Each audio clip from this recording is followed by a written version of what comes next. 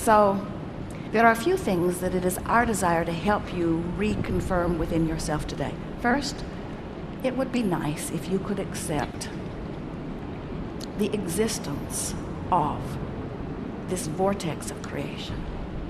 And it would be even nicer if you could see it as we see it, as your present tense of creation.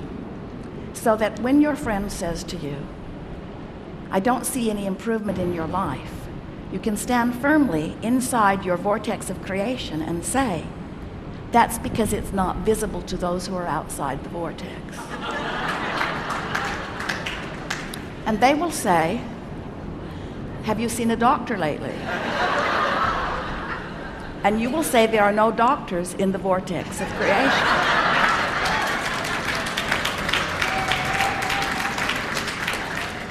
When you let being in this vortex, when you let tuning yourself into the vibrational frequency of all that you are be your top priority, you get so much life back. Do you know how many arguments, how many words, how many efforts, how much action is necessary just to keep you alive and out of desperation when you're not in the vortex?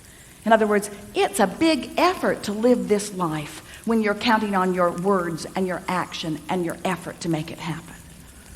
It's interesting. You could just have a conversation with one very well-meaning mother about her child that she adores more than life itself, and listen to all of the gyrations that she is going through in order to sort of kind of understand what's going on with her little boy and put it in the proper perspective, when really all she needs to do is step away from whatever's bothering him and away from whatever's bothering her and focus upon something that gives her access to the vortex, and from inside the vortex everything's clear.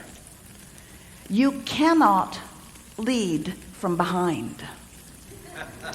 And if you are not in the vortex, then you have nothing to give anyone. Sometimes people say, Abraham, it seems like you teach selfishness. And we say, we really, really, really, really do.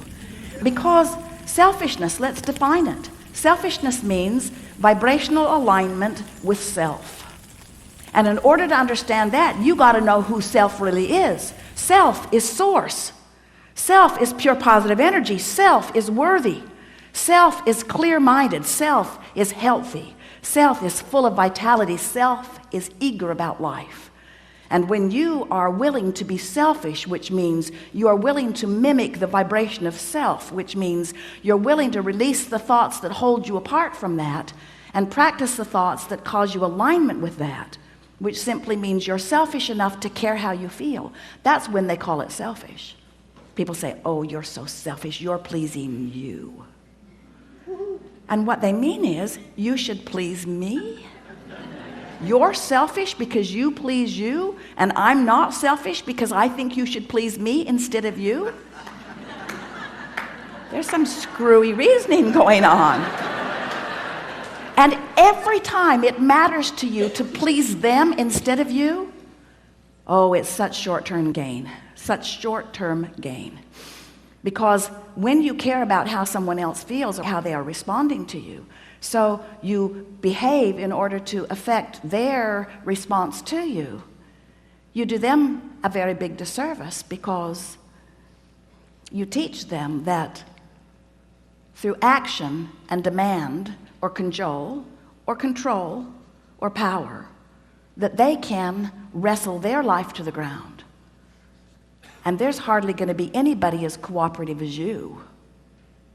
Think about it. Have you ever had someone who was so cooperative they'd just do anything for you, and then they were the only one who would behave that way?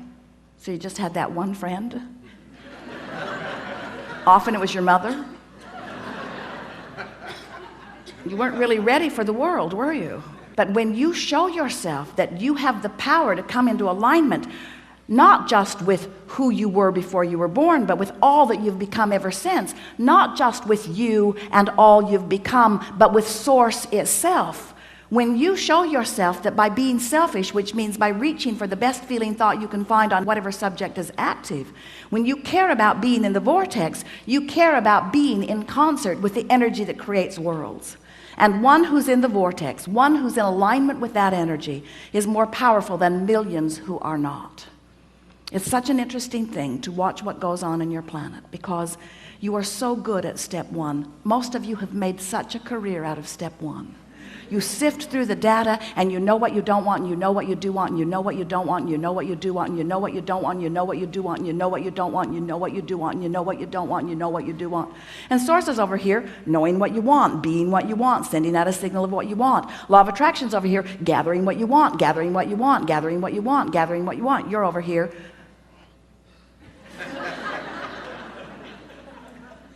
That's creating by default. That's going where the wind blows. That's complaining about whatever they're complaining about and feeling about whatever's happening. But when you decide that you're going to take control of your relationship to who you really are, when you decide that you're going to tend to this gap between you, wherever you are on whatever subject you're experiencing, and who you really are and what you know about the same, now life is going to take a new form and shape for you.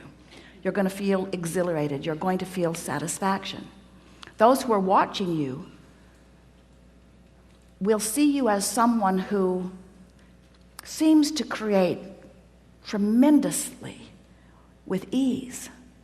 Those who are watching you, especially those who don't really understand the power of this vortex and the power of your deliberate alignment with it, they'll call you lucky.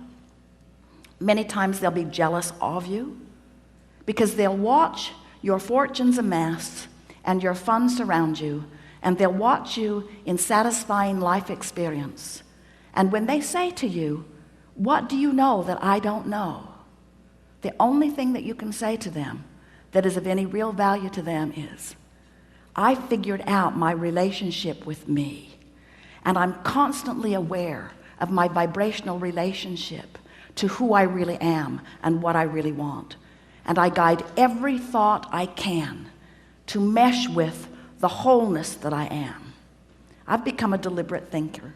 I no longer create by default. I think on purpose, I speak on purpose, I act on purpose, and I don't do any of it unless I'm in the vortex."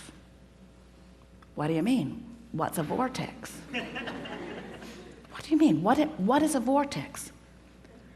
A vortex is a vibrational state of being that is the precursor of all positive motion forward, of all that is. It's like encapsulated, condensed, straight up source. It's pure positive energy. It's the holding tank. It's the anchor. It's the touchstone.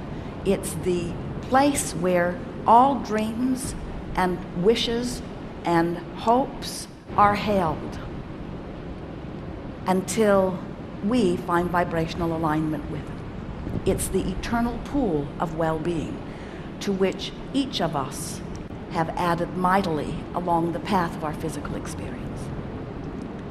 So this vortex, it is a reality even though you can't see it, but you can feel it. You know how your dog hears things you can't hear and smells things you don't want to smell? Because your dog has more acute sensitivity to sound than you do.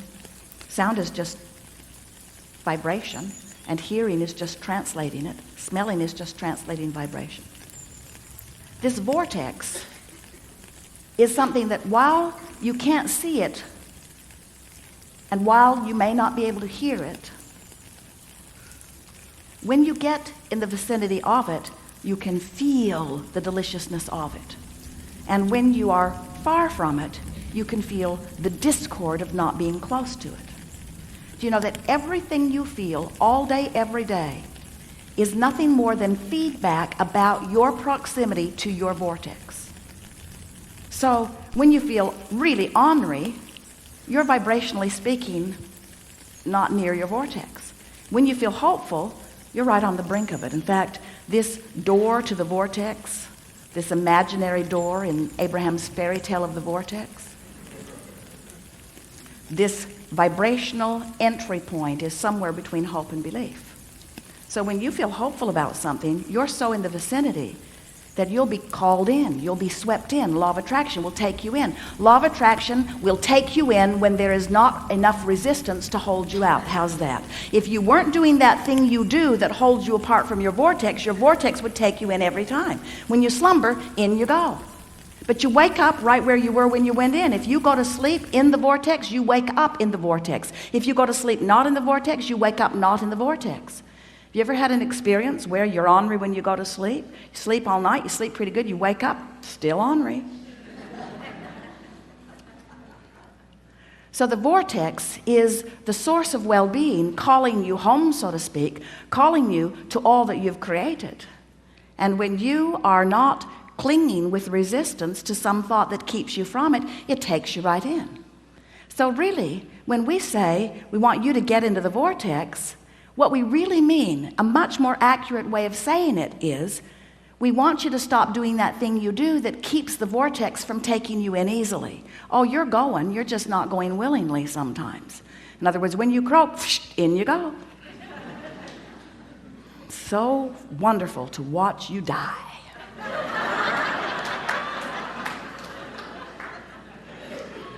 Moving immediately into all that you have become, all that you've asked for. But we don't think you should have to croak in order to be in the vortex. We don't think you should have to croak in order to be what life has caused you to be.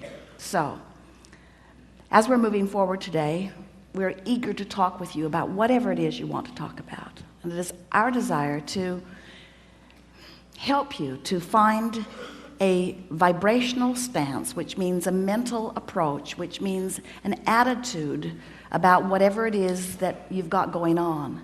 We want to help you soften your resistance, because when you soften resistance, the vortex takes you in. And that really is where you belong.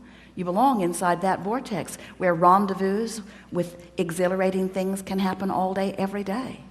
Do you know that if this time-space reality has the wherewithal to stimulate a desire, so that the desire is in present tense already gathered in this vortex of creation, that this time-space reality has the wherewithal to give it to you now.